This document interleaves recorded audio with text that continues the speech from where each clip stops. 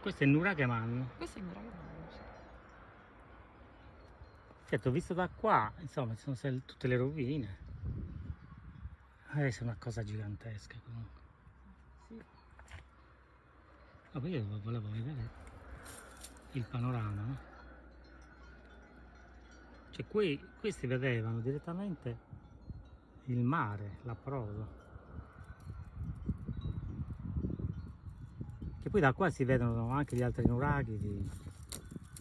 Vabbè, la Gurutta è proprio in fondo in fondo.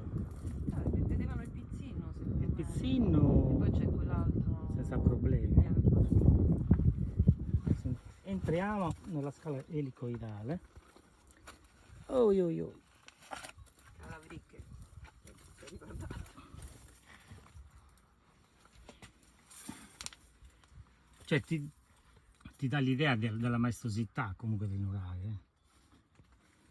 E questo non è stato nemmeno scavato.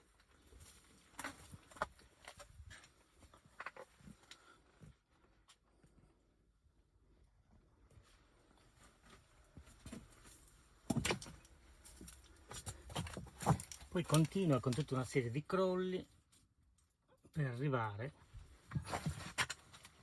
alla zona dove non si può più proseguire.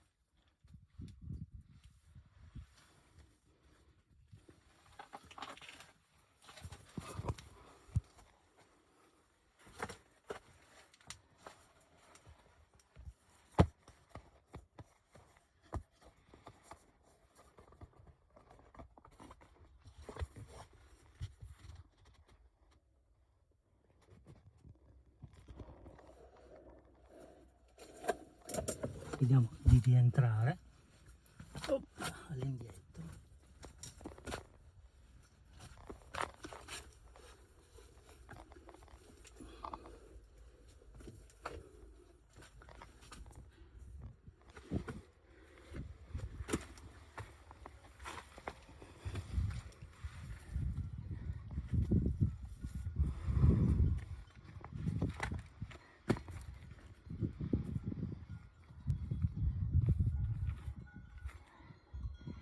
Si vede Posava con la torre.